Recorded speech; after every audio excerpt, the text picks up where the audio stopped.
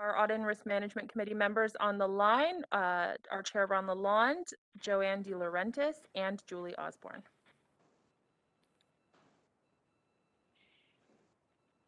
Okay, so Chrisanne, are we ready to go? Yes, we are.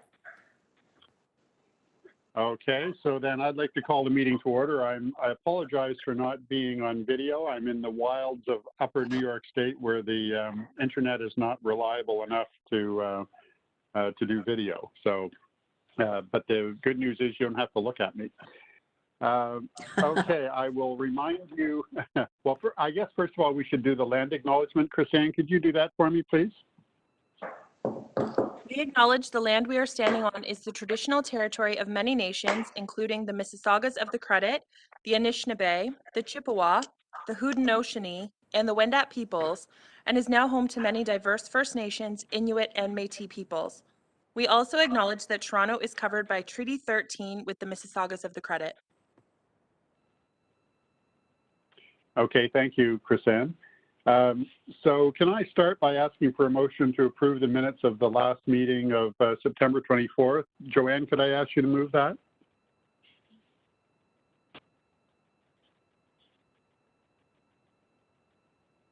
Sorry, just unmuting. So moved. Yeah. Okay, thanks. Julie, will you second that?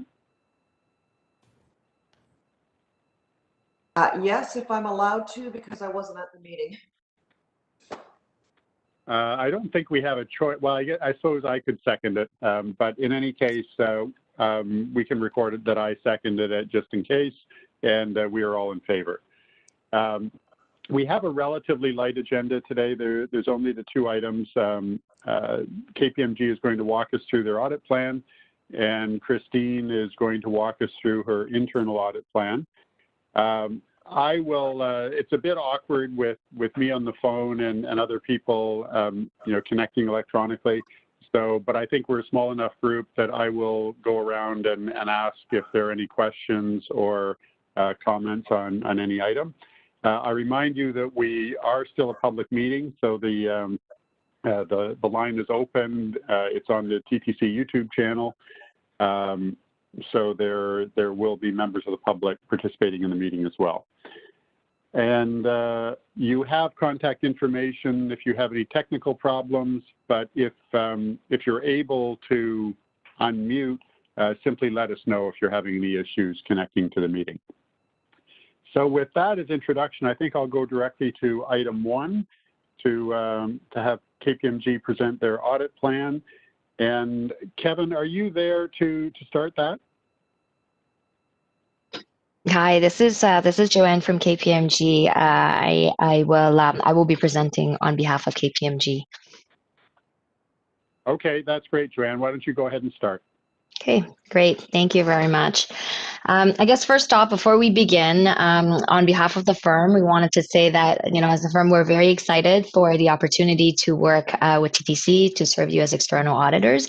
And personally, I am also very excited to be part of the team. My name is Joanne Moy. I am an audit partner at KPMG, and I specialize with working in the public sector and the nonprofit sector. So absolutely thrilled to be here, and look forward to walking through our audit plan with you. And maybe before we dive in, I'll just introduce Regan Travers, who is our senior manager, also here at the meeting this morning, and he will be presenting the plan with me. Regan, over to you to introduce yourself. Hello, so my name is Regan Travers. I'm a senior manager. I'll be the senior manager in charge of the audit for the TTC and TTC Insurance Company, and I look forward to working with you. Great. Thank you.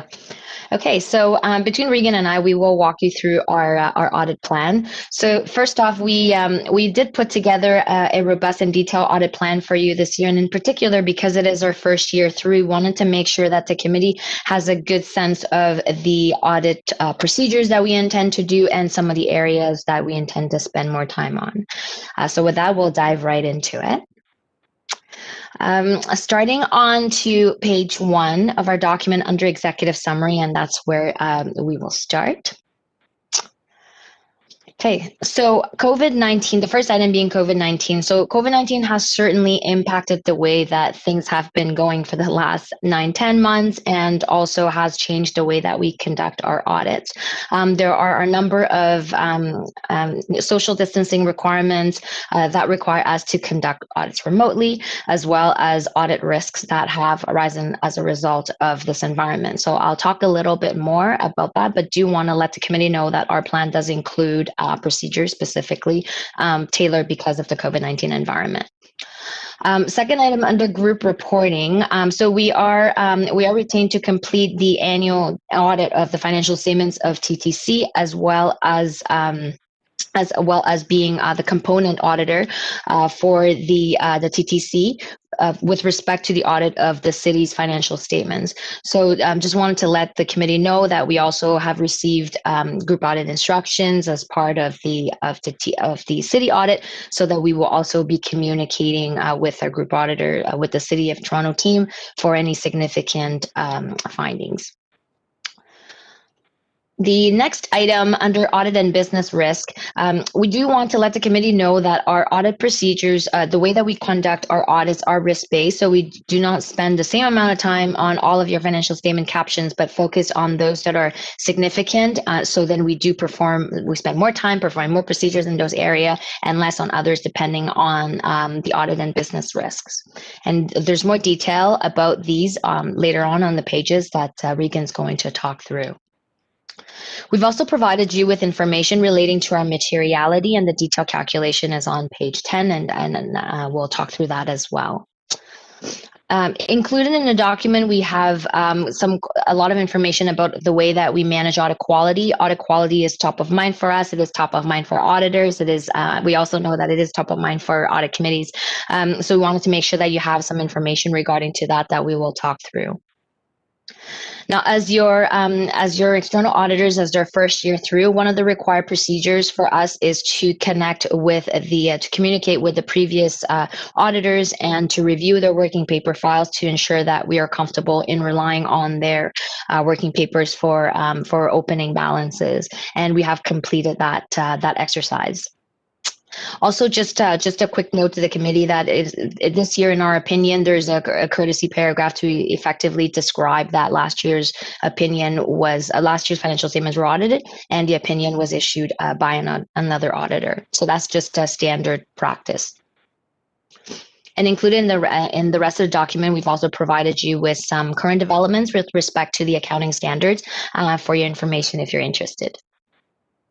So moving on to the next 2 pages under COVID-19, these are really different considerations that we have to think about this year as a result of the environment.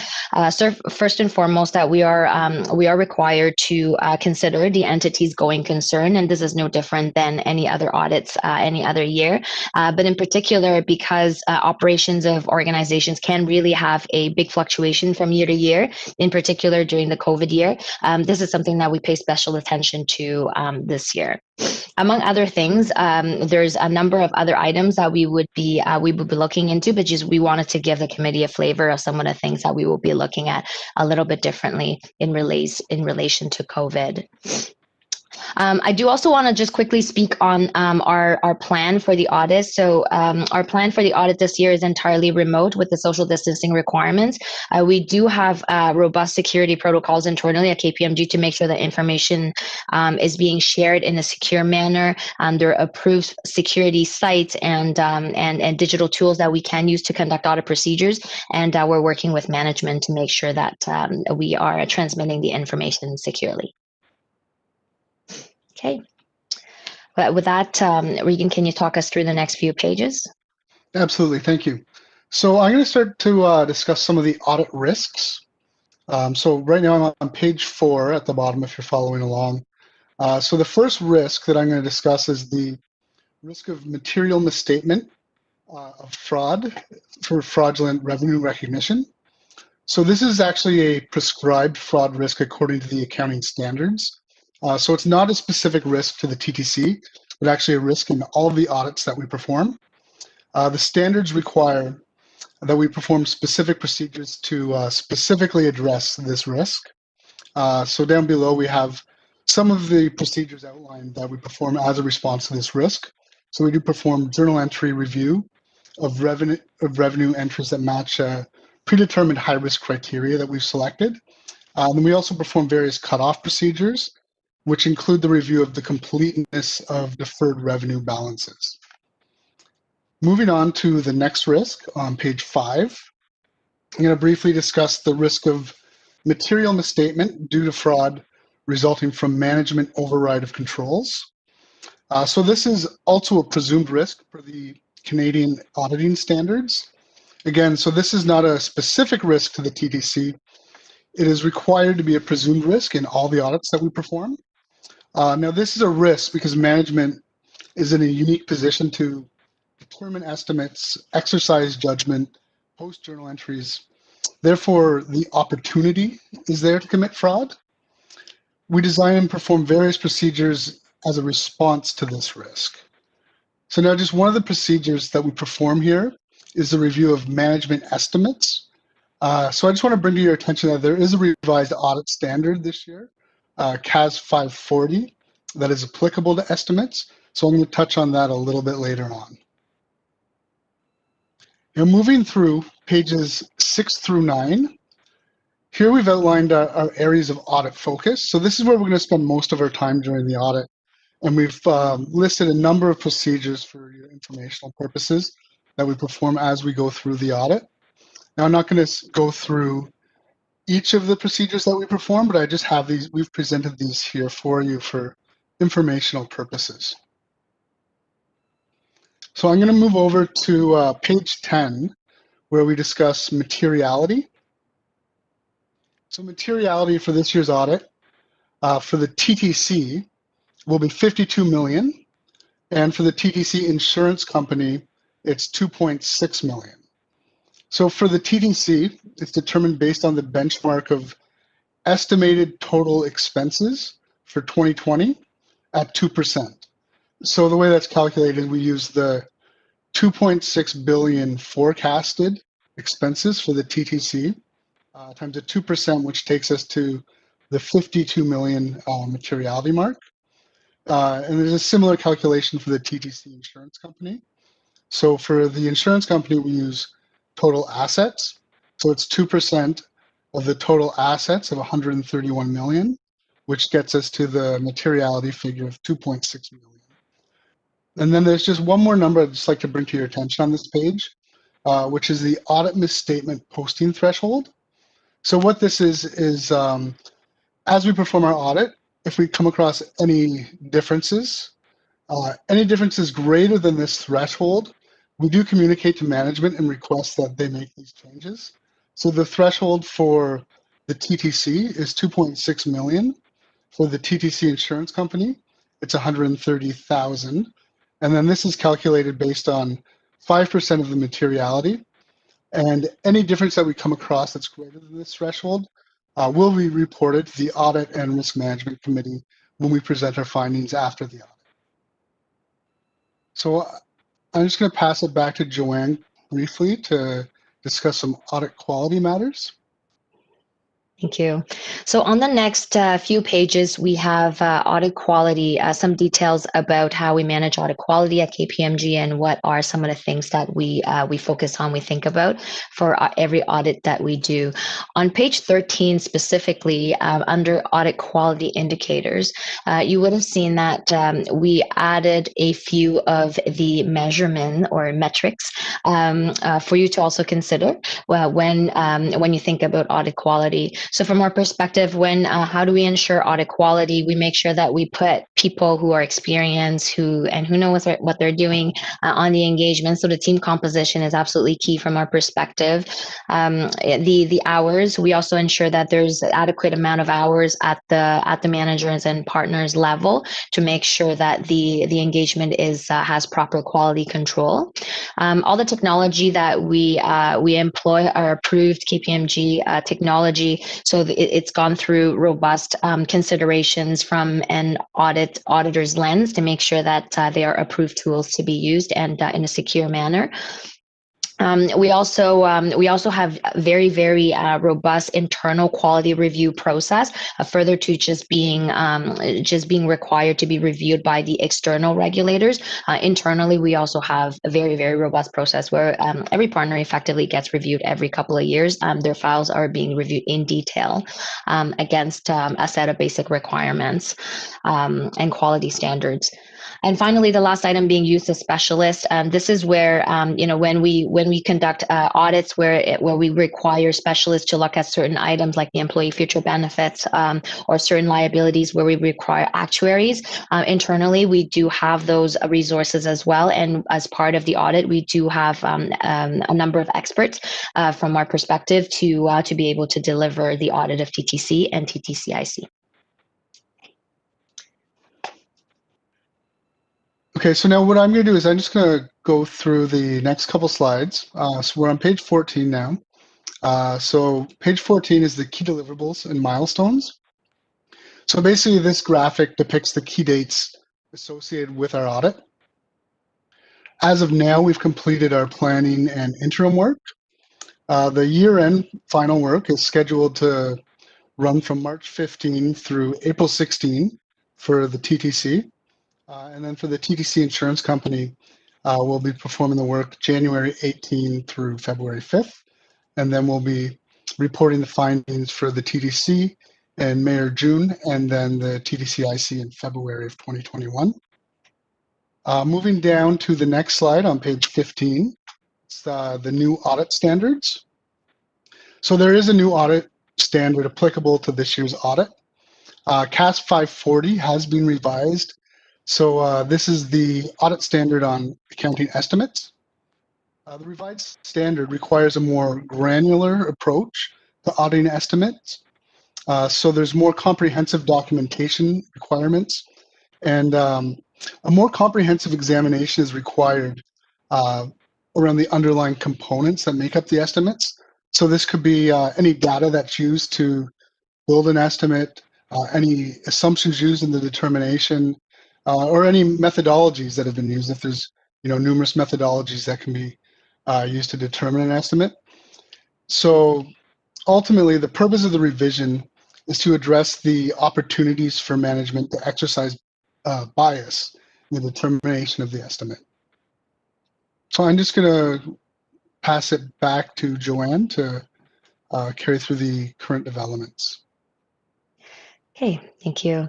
On page 16, we've provided you, and the next several pages, we provided you with information with respect of some of the current developments of what is happening in the accounting standards world as it relates to the public sector. At KPMG, we do have a representation at the accounting standards table for public sector accounting standards. Bailey Church is a partner in our Ottawa office, and he participates in that and also puts together public sector minutes and summary documents as periodically as they are available. So I will encourage you to and management to have a look at the first link as well. And the next few items are really just an update in terms of some of the progress on some of these particular topics as it relates to accounting standards. There are a couple of standards that are coming in soon. Because of COVID-19, all the accounting standards are requirement implementation date have effectively been deferred by a year. The first one is asset retirement obligation. It is a big accounting standard that is coming in, and it will have huge impact to the sector in general. And many organizations have started to think about and started acting on the initial phases of planning to identify what may constitute what they may have as a retirement obligation. So then they will be ready to include those in their books in a couple of years. That's the most imminent one. The rest of them are coming in the pipeline, but they may not necessarily be finalized. So they're still in the works. We just wanted to provide you with that information. So there's information on new accounting standards on revenue, on employee future benefits, public-private partnerships, which is a very hot topic in the public sector world. And finally, there's an accounting standards that are coming up, and amongst other standards here. The one thing I also want to highlight in our planning report, if I can take to committee to page 21 of the document under required communications. So this slide provides you with a snapshot of what we are required to communicate with you and management through this process. One of the things that we're required to do as external auditors is to hold annual inquiries with management and also with you when we have the opportunity to speak with you to get an understanding of whether or not there's any alleged or suspected fraud. So we have asked this question of management as well, but with the meeting this morning, I would just pause there and turn it over to the committee members to see if there's anything that we should be aware of. Thanks, Joanne. I'm not aware of any potential fraud in the organization. Joanne or Julie, could you also affirm that? I can affirm the same, not aware of any fraud.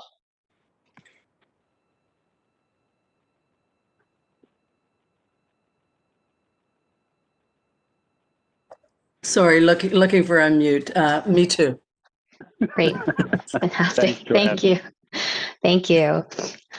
With that, there's a lot more appendices in the document. Again, those are more additional information for you. So I wasn't going to talk through all of them in great detail, but at this point, we're happy to take any questions that any committee members have over our report. Okay, why don't I start with you, Julie? Do you have any questions you'd like to ask?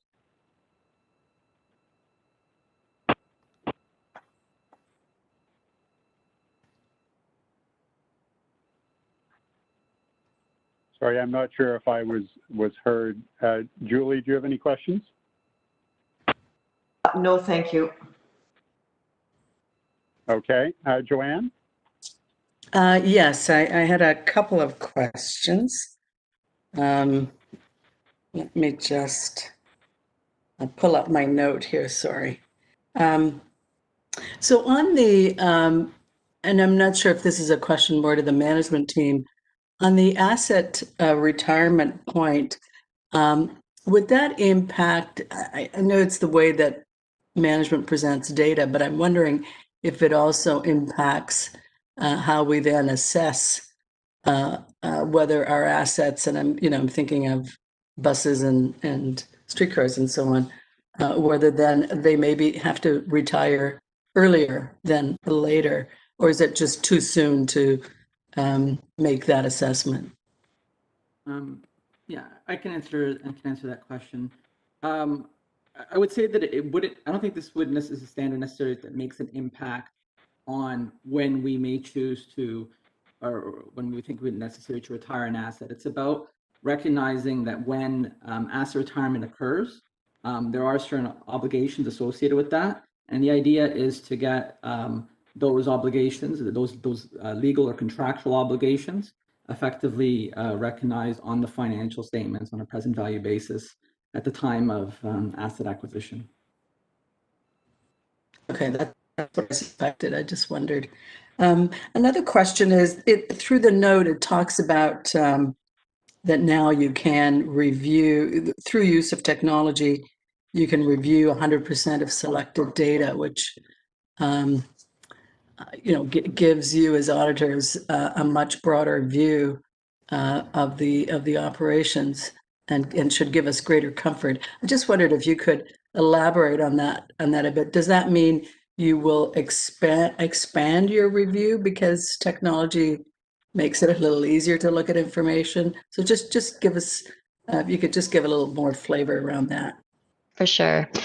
So first off, yes, because of the technology that is now available to us with the way that we conduct audit, if our clients do have the information digitally in spreadsheets and databases, if we're able to extract those, we certainly are able to do more analytics around it instead of selecting a sample of transactions and review documents. This is the trend from an audit world perspective, and this is where we're heading with the increased ability to get all of the data from management and also then be able able to use that data and run different types of analyses. So then we will be spending time to look at exception reports, things that are outside of our expectations, and in order to help with, from our perspective, is better audit quality, because we are not just looking at it on a sample basis, we're looking at the entire population and to be able to comment on it. So that's the trend. Now, specifically for the audit of the TTC, I mean, the first one that comes to mind is the fact that we will be able to, download all of your journal entries, 100% of the journal entries that are being booked with the TTC, and actually use our tool, our proprietary tool, to run through the data and to identify through a set of high risk criteria to identify entries that we consider are typically high risk, and to test 100% of those entries. So that's just one example of the things that we can do. Mm-hmm. Yeah, that's great. And Chris, I guess this is a question for you. So that's it'll give you sort of a more interesting conversation to have with the different departments, the educational side of this. Is that something you're thinking about, or when the results come in, that's when the conversations happen with the team? Sorry, Joanne, I'm assuming when you said Chris, you meant me, because I don't think there's any other Chris's on the line. Sorry, I meant you, Chris. Yeah. Good. Just wanted to double check. No, absolutely, and I think you mean, quite honestly, the world of financial attest auditing is not one that I focus on, but having been asked some recent questions, it kind of gave me an opportunity to review, and certainly that new standard that's coming, the asset retirement one, is rather interesting, because I think that's going to be a key area of estimation, and therefore, using the data and leveraging the data is something that our group has been trying to push, especially for the last few years, and I'll be speaking to that when I have the opportunity. But yes, definitely, the more data and the more sources of analysis that we can get our hands on, the better, and we will certainly leverage it and make sure that management understands why that's so critical and how it can be used. Yeah, great. And then I just had a couple of other points, Ron, and I'm not sure, these may be ones that we as a committee would want to talk about, but for example, the knowledge lever, when we look at, when the auditors look at public-private partnership, which are going to be, they're more expanded now within the TTC, the kind of conversation that can lead to within the management team, what does that look like?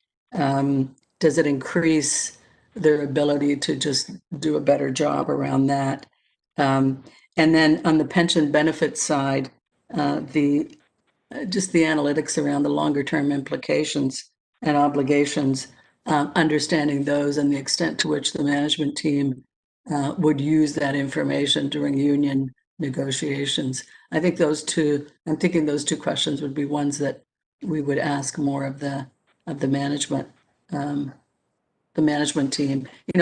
How do these new standards, how does this greater depth of information give management better tools, and how are they going to use those tools? It's a good question, and particularly in a world of SAP, where we should be able to harness more of that data as well. Yeah, so it may be a question we come back to when we get the audit report in June. Okay, that's all I had. Thank you. Okay, thanks, Joanne. I had a couple of quick ones as well for you, Joanne, from KPMG. The first is, I'm wondering, in a world of COVID where most management people are working remotely, when you're investigating fraud and control breakdowns, are there any new procedures that you need to use because people are working remotely? Does that introduce any new risks that you need to test around? Yeah. For sure that we do have to think about certain things differently because of the COVID environment. Inevitably, because there are certain controls that may be running different now. The fact that people are no longer necessarily at the office and they have to operate the controls from home. It really depends. Our procedure is that we have to obtain an understanding of what's changed from what it previously was.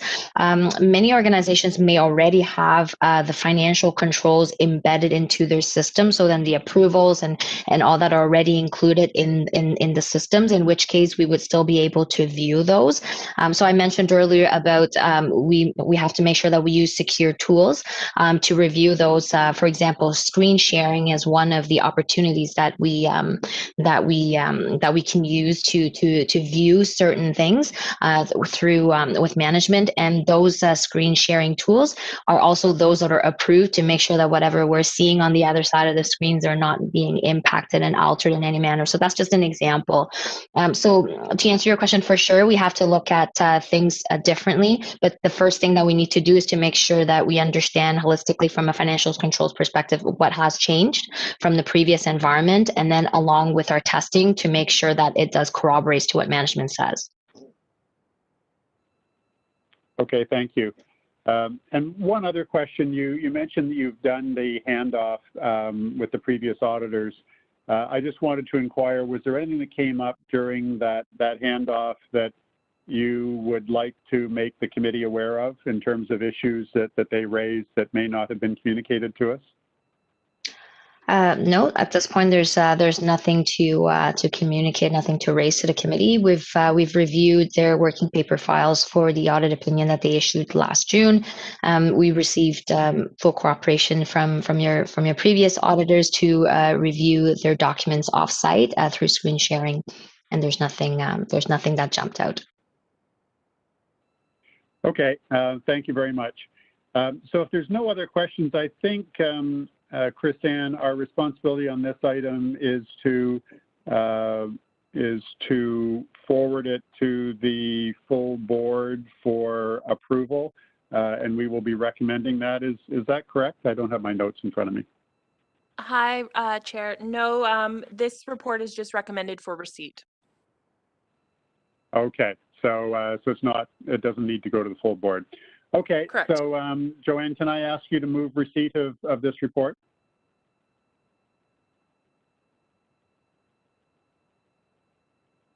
So moved. Okay, and Julie, will you second it? Seconded. Okay, we'll consider that approved, and this has been received. Joanne and Kevin, thank you very much for your time this morning. We look forward to your results later next year. Great. Thank you very much, everyone. Thank you. Yeah, thank you. Okay. Have a good rest of the day. Bye-bye. Bye-bye. Okay, so let's move on to item 2. Chris is going to present the internal audit plan for next year. Chris, why don't I turn it over to you to do that? Thank you, Ron. And I'll just ask Andrew to pull up a presentation. I sort of prepared this in recognizing that we have a new member, Julie, so welcome. And I just wanted to sort of walk through a brief history of our department, because we've certainly gone through a lot of major changes over the last 5 years in particular, and it sort of sets the stage for the type of work plan that I'm putting forward. So if I could just ask Andrew to go to the next slide.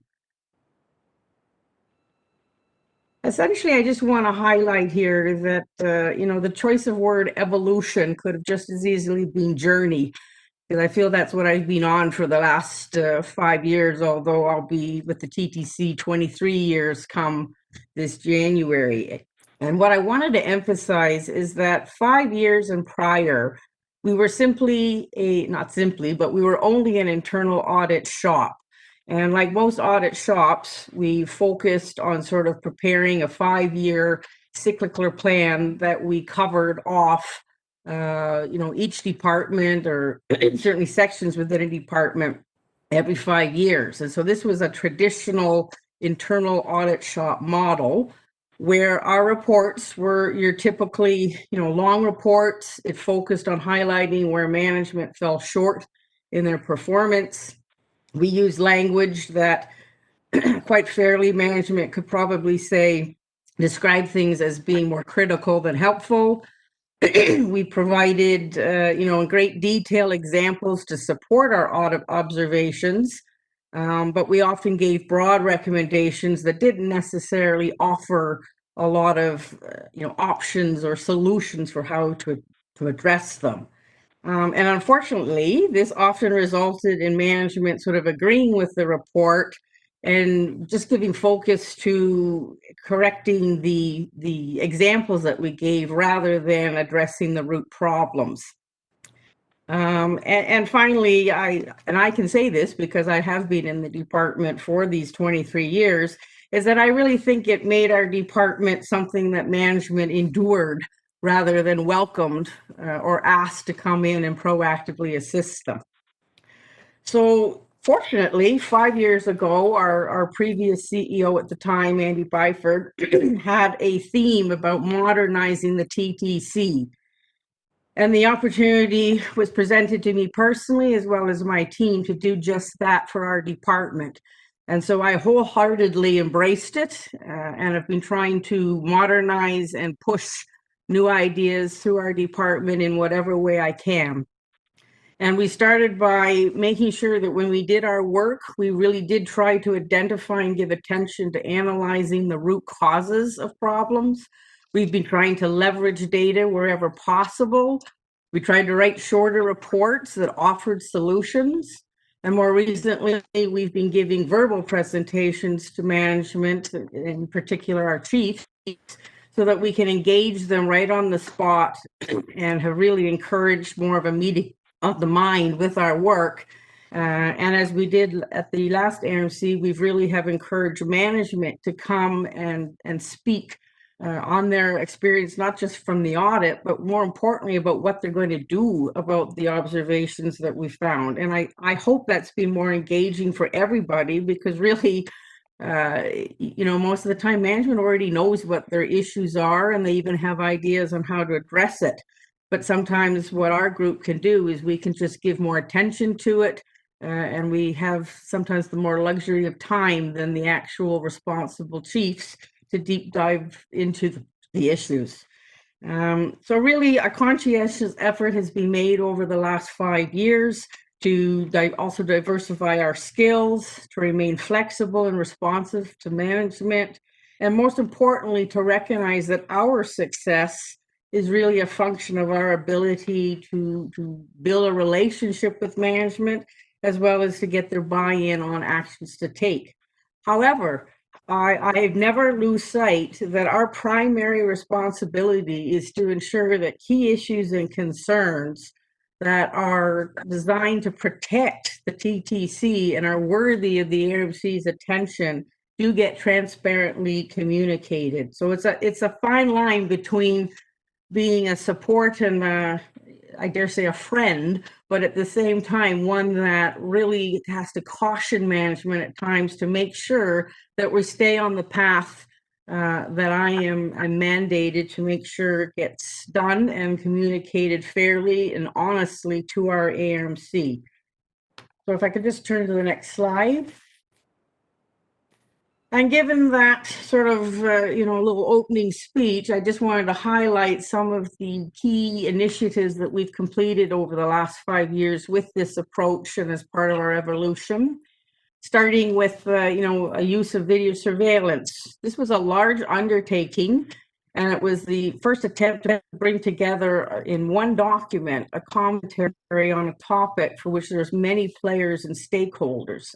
And in my opinion, our observations and recommendations prompted management to commit to developing a comprehensive camera strategy. And so this was really trying to introduce the idea that strategy and that kind of thought process needed to be more entrenched in our day-to-day activities. The next two audits that we worked on, subway track tunnel work and surface collisions. To me, these were audits that pushed the boundaries on the gamut of risks that we reviewed. The traditional focus of audit tends to be the financial, but I really feel that it was opportune for us to push and look at other things. And these two audits sort of emphasize the need to review safety and other processes that support it. And in so doing, I feel that our observations supported management at the time to make decisions in the making. So we were able to enhance the need for nighttime safety assurance programs, and we were able since then to provide what I call behind the scenes work in terms of supporting the analytic insights on bus collisions, which led more recently to the revamping of the rules compliance program and operator training. And then the next two were really, transit fare inspection, enforcement, and the customer tapping behavior. It became a great focus of our area in 2018 to really understand better our enforcement model. And then following the AG's fare evasion study, which she did, we were able to build on our own work as well as hers to design tests that I think gave greater insight into our customers' tapping behavior, and this informed our evasion study, which was statistically sound. And we didn't just focus on a number, but rather we raised issues that in my opinion, really led to a great board meeting that dived deeper into the social challenges of the fare evasion topic and on court costs. And I'd like to think that our work, again, a lot of the time we do more discussions behind the scene, but by bringing it to the RMC and in that case to the board, it really facilitated some great discussion. So all in all, I think our work and our styles is starting to trigger different types and levels of discussion that give greater focus for the need for strategic responses and integrated solutions that leverage data analytics. So I can just turn to the next slide. So quite simply, as an audit risk and compliance group, we've been able to define a little bit more broadly what our vision and mandate is. And a conscientious decision was made by myself in 2018 that I really wanted to diversify our skills to the extent possible. So by mid 2018, we welcomed our first non-accountant, Nadia, who had a legal background, and we were able to start on an initiative that we basically presented at the last RMC on this executive compliance certificate legislation. So that was a great start to that. We also recruited new staff out from outside the TTC that brought a broader consultant background and advisory focus. So that again, it enhanced our ability to provide what's always been available through an audit working group is advisory services, but this person came with a different flavor for delivering that. We also leveraged the TTC graduate internship program, which I'm sure has a new name now, but we were able to attract and retain a young man with solid analytic abilities and comfort with those related tools. So again, that was a beginning of being able to do a different type of work. And then in early 2019, with Rick's support, we absorbed the risk advisory staff that had previously been working within the safety department. And so that brought to our team, engineers with safety and project experience and a mathematician. And all of these individuals brought with them new perspectives and viewpoints and strengths that culminated in the establishment of our audit risk and compliance department. And quite honestly, our acronym, the ARC, really kind of says it all. And this was an intentional acronym because in my mind, the visual it produces is that like an ARC, we're here to protect the TTC, but in reverse, we're also here to support management. Next slide, please. So as the ARC, with our new acronym in, our combined team of auditors and advisors and compliance experts, we've articulated our objectives to reflect a more integrated view of what we are trying to achieve. And collectively, we are to fulfill a unique role within the organization in a manner that allows us to draw attention to key issues in a variety of ways, but always keeping the best interests of the TTC at the forefront. But our role is never to tell management what to do, because as I said, the honest truth is that management usually already knows their pain points and they have already got great ideas on what to do about it. But what we can do, often with the luxury of more time, is we can help them peel back the onion layers.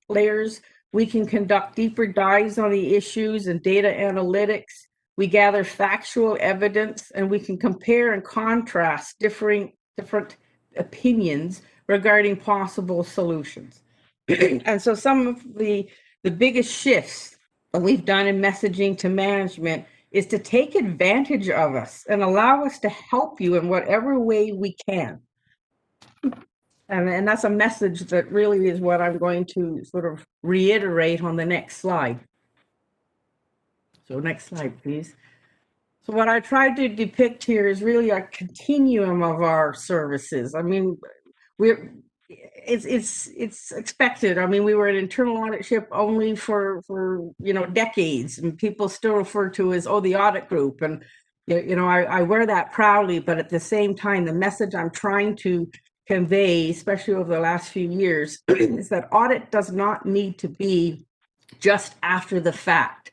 Obviously, the right-hand side column, that is the bread and butter of an audit shop. It is after the fact, but it does drive accountability. But if you go to the far left side for the risk advisory type work, which is where I think we've really been able to enhance what we do, especially bringing over the risk advisory group, it's about being preemptive. It's about giving advice that offers the opportunity to address things before they get to be a mushroom issue. So you get early remediation. And what I've kind of coined as a phrase of planting the seeds. Sometimes it's just being invited to a meeting. And I simply started off the conversation. Well, if this were to be audited, here's the issues that would probably be identified. But then we can have an honest conversation and address it before it becomes an audit. And I think that gives management, I hope, a more comfort level to know that, all right, you're not running to the boss, you're not running to the public board to expose these things. You're actually trying to give me an opportunity to fix it.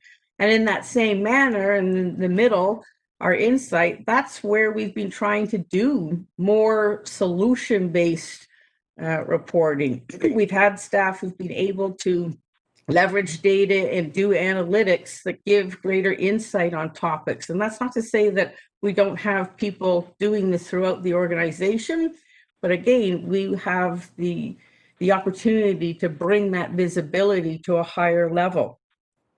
And I still push that our group can work on these types of dashboard developments that are being done now, not because we are duplicating their work, but because we want to make sure that they benefit from our experience and our exposure to the entire organization. So while some dashboard may be getting developed in one area, we can give the insights as to how it might be applicable to others and build it proactively rather than waiting until you're done and then coming back and asking questions about how did you validate the data? How did you consider this? Did you do that?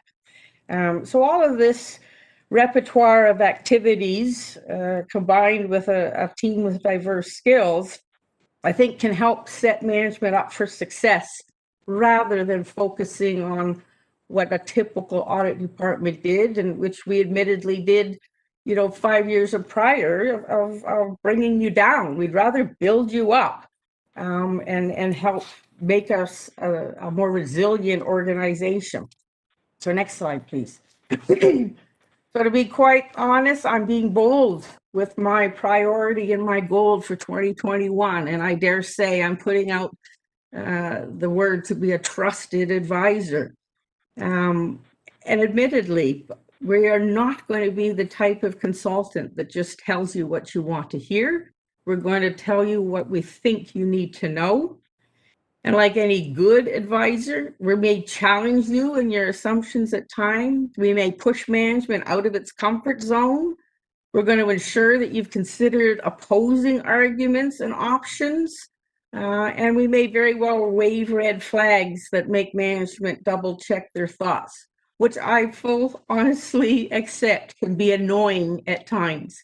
However, I think it's how we can add value to make sure when management brings forward decisions to the board, they are fully informed, they're able to rationalize their position, and they're able to be prepared for any questions that are going to be thrown at them. And in so doing, we hope that we are fulfilling our role to protect the TTC, as well as help fulfill the RMC's role, which is to oversee the stewardship and management function. So if there's only one message that comes across in this presentation for Rick and for his all levels of management, is that if you proactively keep ARC informed and involved in your problem solving and innovative initiatives earlier rather than later, then we will do everything in our power to help you drive positive change and achieve the desired outcomes, even if it's just a conversation where we leave food for thought. And by being open and transparent with the ARC department, we can help protect the TTC and responsible management by ensuring due diligence is evident and exercised in everything we do. So next slide, please. So this, quite honestly, is where I now really am trying to set the bar and change the way we've even presented our work plan. And in 2021, I'm trying to build on last year's commitment and even earlier to remain flexible and responsive to the changes in TTC's risk landscape, as well as be able to pivot and change in response to CEO requests and management requests, which I'm grateful are starting to come to our door. So that in and of itself is a great part of our evolution. And in so doing, I'm trying to promote integrated risk management and enhancing resiliency with what we do and aligning our activities to the strategic and corporate goals. And quite honestly, when people talk about risks, there isn't enough conversation about what are the objectives that we're trying to achieve and address along the way. So the 4 risks that I highlighted in our work plan, quite honestly, fall from what is our corporate plan and what are we trying to achieve. And health and safety to our customers and employees has always been a cornerstone of the TTC corporate plan. And it's through our health and safety measures that will build back public confidence and protect our employees. So it was an obvious area of risk that I think ARC needs to give attention to and help support. Financial risks, obviously, as the KPMG highlighted, our financial impact of COVID is unprecedented, and we've done cost-cutting measures immediately, and they will continue. But at the same time, we have to be equally cautious that we haven't cut too deep and that we're still making investments that will drive efficiencies and innovation going forward. So I want to make sure that ARC can contribute to those conversations and bring that kind of balanced perspective. Service disruption. Again, pandemic has posed many challenges to delivering safe service. So we've implemented new delivery models. And the pandemic, of course, has highlighted the need to be prepared for low probability but high impact events. And it has really accelerated the attention that's being given to the whole topic of redundancy and resiliency, which quite honestly is opposite to discussions about efficiencies. So you really have to think through the mitigation strategies and where, again, do we want to make the investments in that balance?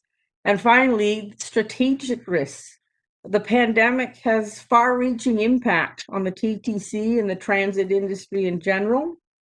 And while obviously it's introduced risks, it's obviously also produced opportunities to leverage technology and to really drive home the need and use for data and developing data-driven strategies.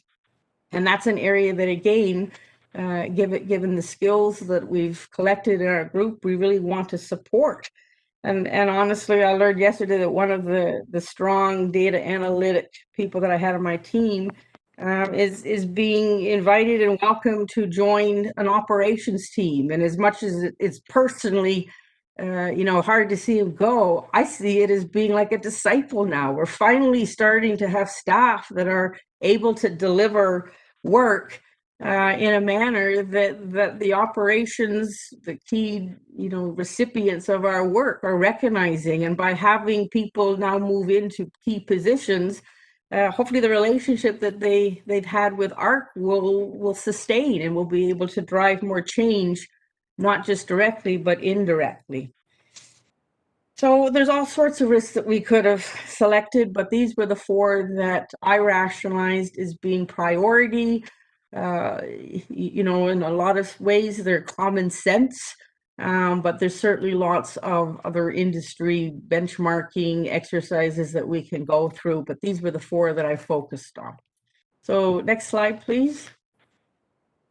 And although my plan didn't identify specific assignments or projects that I put forward, it doesn't mean that I'm not starting the year off with ideas and where to start. And so I'm just sharing some of the more important ones. And obviously, the whole COVID response and recovery activities, a lot of new processes or revised processes were put in place in response to COVID, and they're still evolving. So I don't think it would really be fair to subject them to a quote unquote full audit, but it's definitely time to take a step back, do what I call a bit of a sanity check, ensure that lessons learned to date are being reflected and built upon and incorporated into going forward programs to make sure that they're sustainable.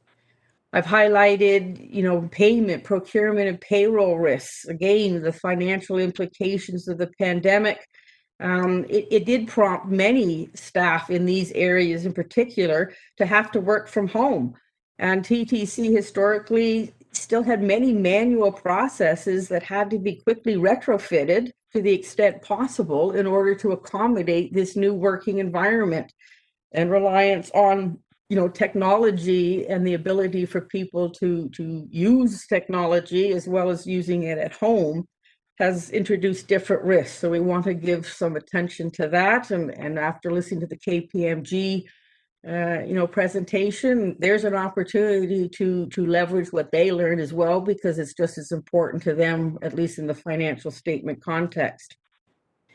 And finally, number 3, this is the one that's probably the most exciting and is a specific request from, Rick, our CEO, because of its a particular interest to keep driving this idea of using data and leveraging it. And I've coined it more as a digital transformation. This is what TTC is on the verge of doing, and we need to support that. And we will probably have to do this, but working collaboratively with other areas, operations in particular, to support the design of meaningful metrics and business decision-making tools.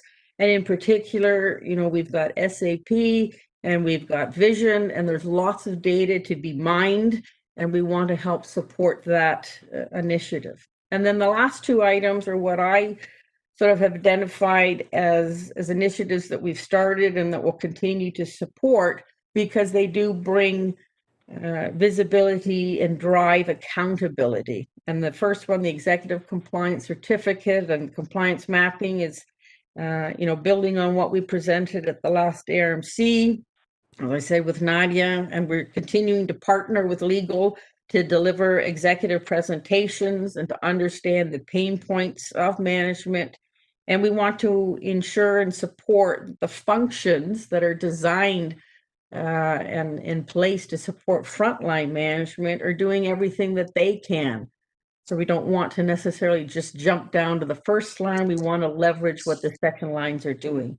And then finally, the follow-up and action tracking, another CEO area of interest, is that we will continue to monitor and ensure that management's completing action plans that address past issues for which they've committed to doing.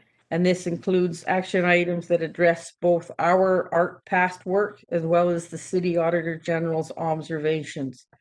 So this brings me to the end of my presentation. I certainly appreciate the patience. I hope for you, Julie, it gives a bit of a snapshot of what we've gone through over the 5 years. I think if there's topics to be had going forward, especially with these 3 members that we now have on the RMC, it will be around more risk management. But in my way and with the parameters that I've been given to date, this is what I am trying to outwardly put on the table. So I welcome any questions or comments at this point.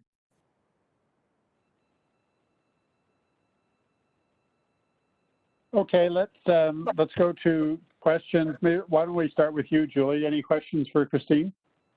Yes, I do. Whoops, I'm off mute.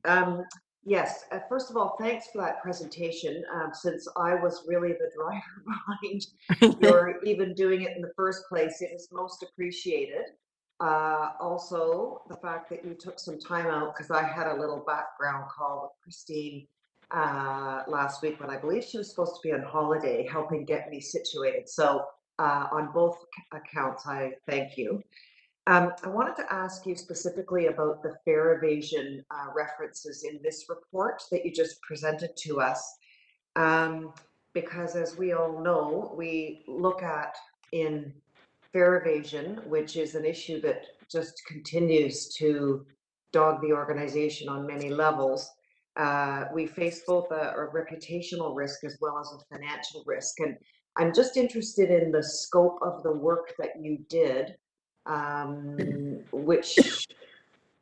so we're looking at, first of all, defining the magnitude of the problem, which we got some assistance from with the Auditor General, and how far the work of your department goes in addressing the now identified problem. What kind of work did you do and do you foresee doing to see about ways that we can address this? For sure. So definitely the work that we did prior to the AG helped inform our group better on what the enforcement model was at the time. And then the AG decided to do her fare evasion study before the full Presto implementation, which was fine. So they went through their process. And again, we were able to understand it better because we had already done some preliminary work ourselves. Then when it came to doing our study, we simply built upon the solid framework that she started. And as I said, I had individuals who have a more statistical background. So we made sure that we got a broad coverage, but a statistically sound figure.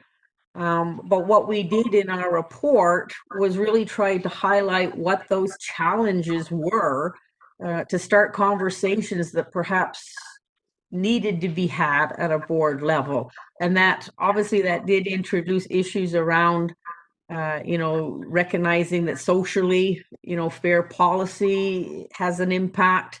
And while we won't necessarily do work on that, we hope that we raised and gave management an opportunity to discuss it. And they are obviously focusing on fare policy these days and are bringing forward reports to that effect.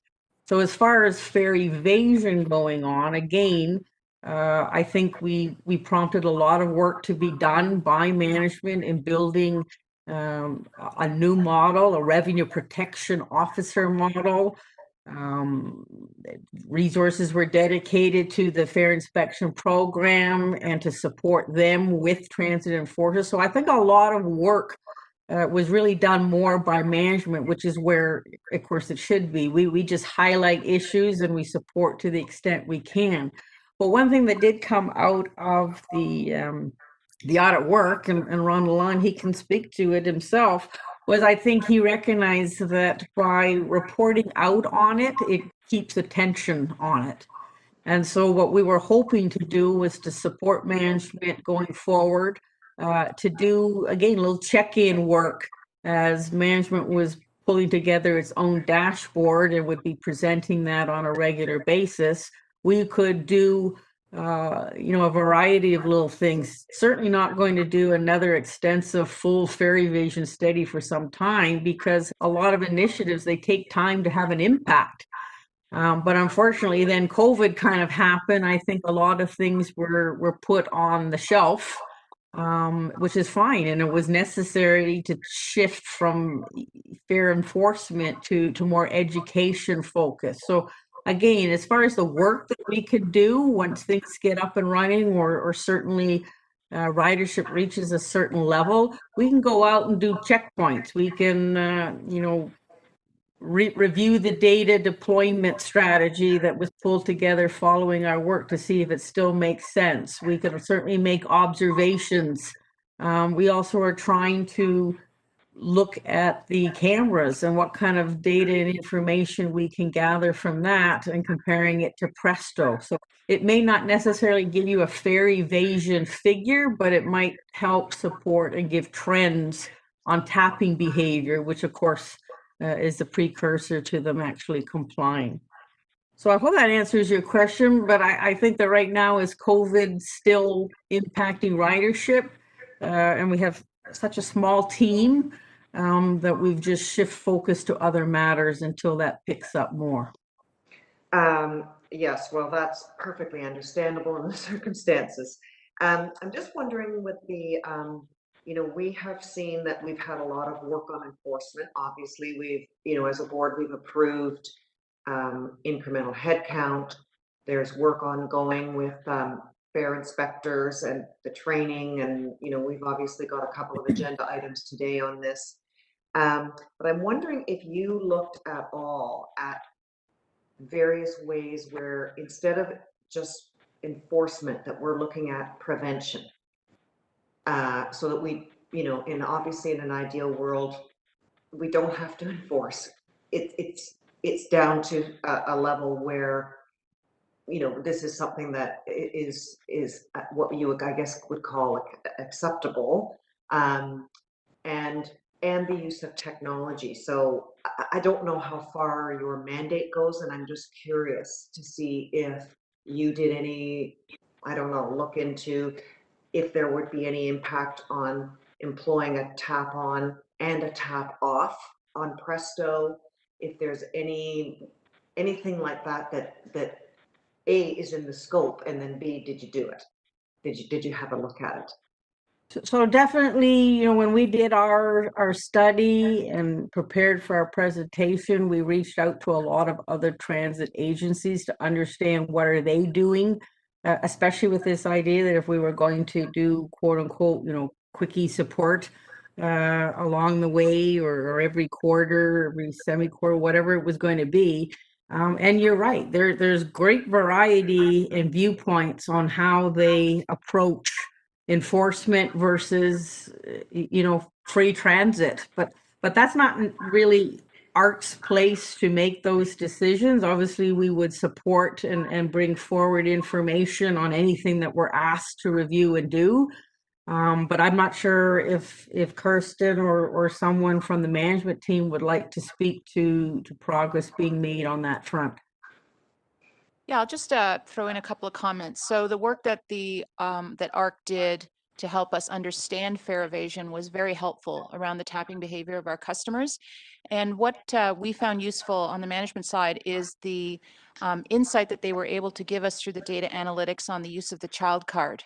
So we were able to use their data to determine where the child card was being improperly used, or most likely improperly used. So for example, I think some of the childcare data indicated that there was a lot of childcare use after 10 o'clock at night at certain locations. So we were able to go to those stations and do targeted fare checks and fare enforcement in aligning with that data. So we weren't, it wasn't, we didn't want to, we're not blanketing through anecdote, and we're not just going out there and targeting people who, are paying, for example. We're using the data and the insights from ARC through that tapping exercise to understand where our risks lie, and then, move our resources to those risks. And also through the tapping data done by ARC, they also gave us advice on communications in terms of how do we educate people around, paying. And we did we revived or renewed our communications campaign based on some of the advice and some of the insights from that work. So I think we found it very useful, and I think we'll continue to look to ARC to help us with that analysis and some of those targeted, I'll call them audits, targeted audits to help inform our strategies on the management side. Thanks, that's it for me. Thanks, Julie. Joanne, any questions? Just maybe a follow-up question on the data analytics and really to you, Kristen, because as Chris said earlier, if management is going to take advantage and leverage data analytics, it really is dependent on what sort of data has been identified by the different departments that should be collected and how good that exercise is. So maybe you could just give us a bit of a sense of that. And I know it's got Rick's attention and all of you, but perhaps you could just remind us of where that's at. Yeah, I think the big data around what we just were talking about, fair evasion and revenue and so forth, is obviously the Presto data. And I've seen incredible advancements made around how we're looking at that data and the talent. Chris referenced the talent that she's brought on board in the audit team to look at that data, and it's impressive. They've done a tremendous job also around the safety data, which Chris alluded to. So we have different pockets of data in the organization at different levels of maturity. And I think we all understand that this is, this evidence-based, data-driven analysis is what we need to inform our strategies and certainly how we're operating daily. So there's operating data, that goes to our on-time performance and some of the things that inform the CEO report. There's the Presto data, which is, is tremendous. Valuable information, and ARC and others are using that to inform, financial reporting, the budget, what we're doing around COVID, et cetera. So those are just sort of general comments, Commissioner, if that's helpful. Yeah, no, that's great. And I mean, really just the point here is that the extent to which the approach that the internal audit is taking to be a partner to provide advice is really critically dependent on the extent to which the management team uses it and the sorts of questions it puts on the table, the kinds of information it's collecting. So I think what Ron, from our perspective, what we want to be able to confirm is that there's a real there's a positive link between these two parts of the organization, and they're working well together, and that's certainly the sense I'm getting. So all good. Thanks. Thanks, Joanne. Chris, I had one question about your work for next year on the Executive Compliance Certificate. And where I'm going with this is to make sure that I understand the separation of duties between audit and management. And if you can just talk a little bit more about the work that you're doing in that context. I just want to ensure that you're not actually doing the certification for management, that because we want them to be certifying their compliance. So if you can explain, how the work you're doing supports that without crossing that line, I think that would be helpful. Yes, absolutely. So basically that initiative, the history, it came out of the education session that we gave to this group a number of years ago, and it was to basically support the RMC in the fulfillment of its oversight duties. And in so doing, it was to acknowledge and I think give a transparent way of recognizing that management has always been accountable and responsible for complying with key legislation. So that's nothing new. But I think what ARC did was facilitate and bring a tool that would help document that and demonstrate that to the RMC, and in a sense, protect you in that, in a visible way, the chiefs were declaring that, yes, we are aware of the legislation. Yes, we are in compliance to it. And if we are aware of incidents of non-compliance, that we have reported it. So I think that the lion's share of our work on the certificate has been done in terms of benchmarking and reviewing and selling the idea.